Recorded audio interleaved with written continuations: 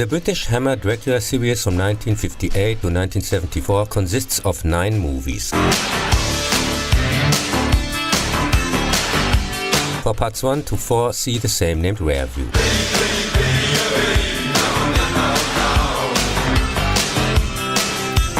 1970, Peter Sesties' directorial debut, Taste the Blood of Dracula, begins with a businessman who, for whatever reason, is thrown out of the carriage and sees in the forest, no idea why, Dracula's death scene from the previous movie as a kind of vision. Finds his clothes, including his blood, which he sells to 3 distinguished English gentlemen, which use them to accidentally resurrect the Count in an old chapel, unknowingly killing his disciple in the process. He now seeks revenge by letting the unsuspecting trio die at the hands of their own children. However, one of them knows about vampirism and initiates young Paul before he dies, who now tries to free his bride from the Count by rededicating the old chapel, which in Dracula's eyes suddenly shines in its original splendor and he crumbles to ashes, redeemed by the hand of God.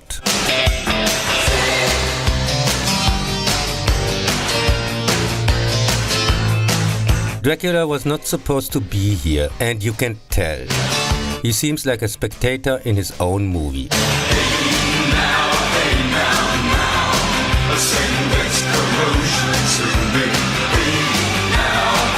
All the action comes from others, because the story makes no sense whatsoever.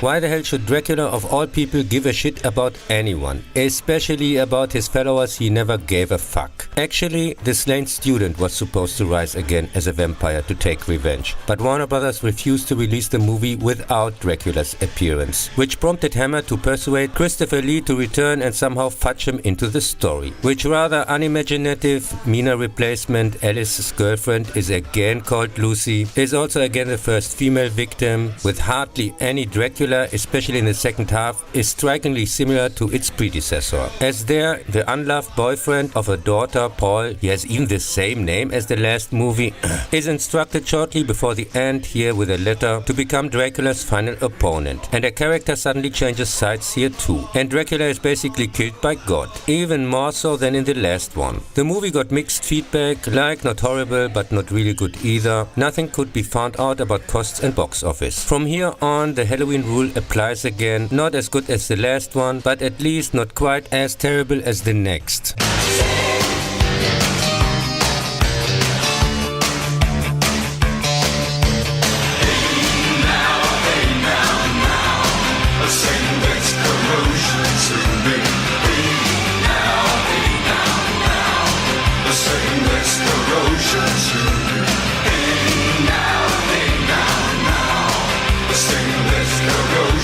In the same year, Roy Ward Baker's Scars of Dracula crawled out of its grave.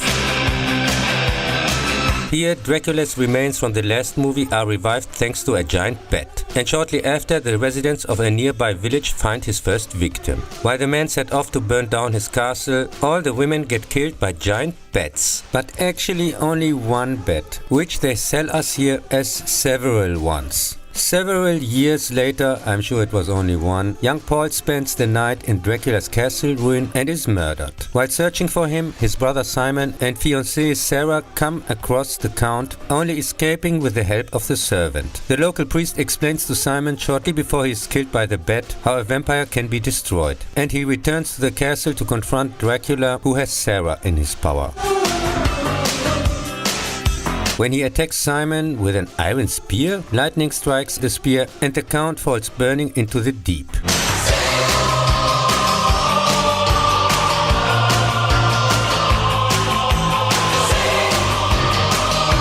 In Dracula Nights of Horror, the German title, he unusually uses weapons such as a dagger or a spear, which even annoyed God himself, who straight away sent a bolt of lightning. But otherwise he practically only consists of set pieces from his predecessors. Here too, his main opponent, as in the last 2 movies, is only towards the end by someone with experience, here a priest, once again shortly before his death, brought into position. And Dracula dies again, as in part 4 and 5, through heavenly intervention. There is also a servant like in part 3, he even has the same name. The giant bats were a rejected idea from part 2. And a basic story like in part 1 or the original. Paul ignores the warnings like Harker once did, arrives in a black carriage. Dracula presents himself as a charming host at the beginning. Paul first gets to deal with one of his brides and has a picture of the current Mia replacement Sarah with him. The movie was also supposed to serve as a reboot in case Christopher Lee didn't want to return. Therefore no explanation why his ashes are in the castle and no longer in the chapel like at the end of the last part. He is also, at least in one scene, a little more revealing and harder. It's considered the most brutal of the series. It was also the first of several Hammer movies to receive an R rating. Received mostly negative reviews, even back then from Christopher Lee, and is considered a flop. And the reason why the next ones were no longer set in the 19th century, but in the 1970s.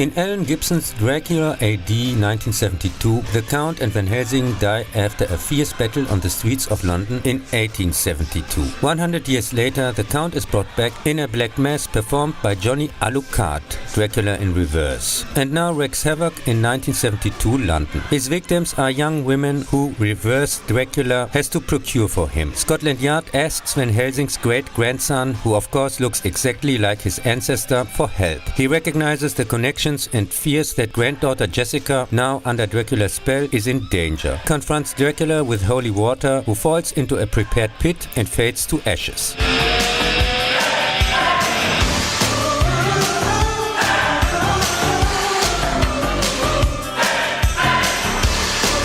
Dracula hunts mini-girls, the stupid German title. The mini refers to mini-skirts, has no connection to its predecessors, although Peter Cushing plays Van Helsing again, as their chronology begins later in 1885, and practically shoulders the entire movie, since Dracula, as usual, barely makes an appearance. The lunatic time capsule with a horrible, groovy 70s beat, rightly received mostly negative feedback. Nothing can be found out about costs and box office, but now, like other garbage, enjoys a certain trash cult status. According to an unconfirmed source, its poor box office performance prompted Warner Brothers to turn down an offer from Hammer to co-finance the next one the following year, also in modern setting, which perhaps for this reason was not released in the US until 1978. Hey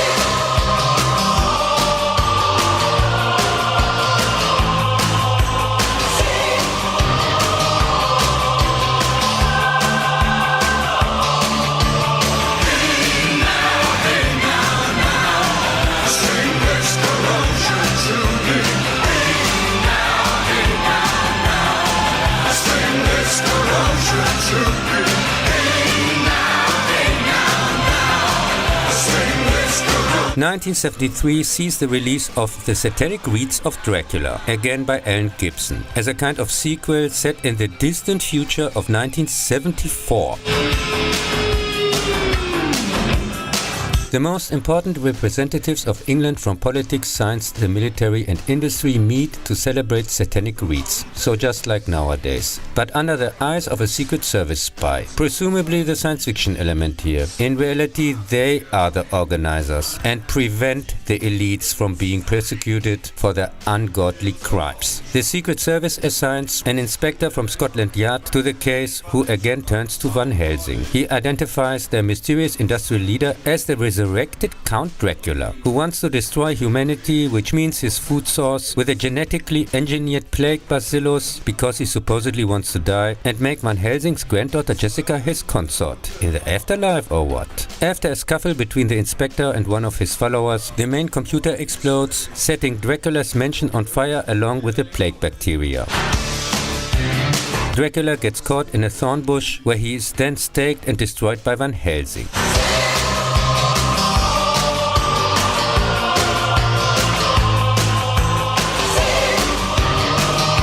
In the completely bonkers mix of horror, science fiction and espionage thriller, which doesn't even bother to show a Dracula resurrection scene, he's just back, Dracula, James Bond villain style, is the head of a big company that involves a group of high-ranking people in a plan to decimate humanity with a new kind of highly viral plague?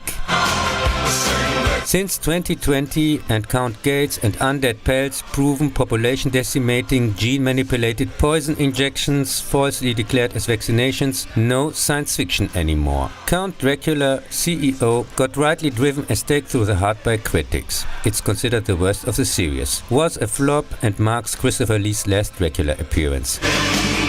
It also seems to have been the first movie to use a silver bullet against a vampire. I thought it was so bad that it was almost good again. And definitely a hell more entertaining than the last Cucumber. Also starts much more revealing. Finally some tits. Of course, what a lousy manipulative trick.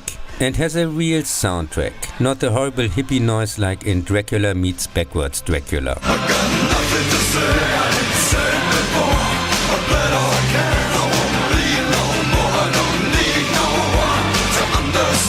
Why the blood run old in the hired hand on hearts, the hand of God, flood land and river apart, run cold, turn cold.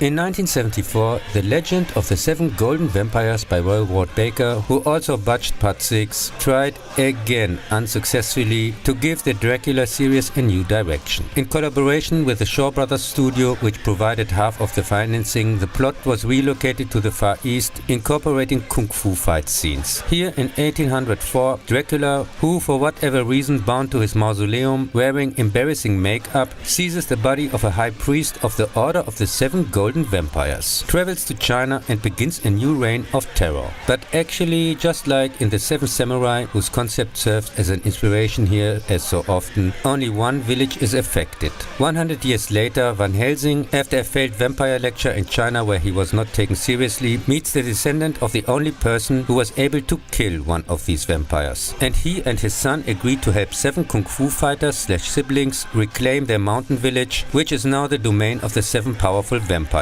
which repeatedly attack the village as half-rotten creatures with golden masks and amulets in order to kidnap its most beautiful virgins for involuntary blood donations. In the end, the siblings and Van Helsing manage to defeat the vampires and their zombie army and finally destroy Dracula with a silver spear.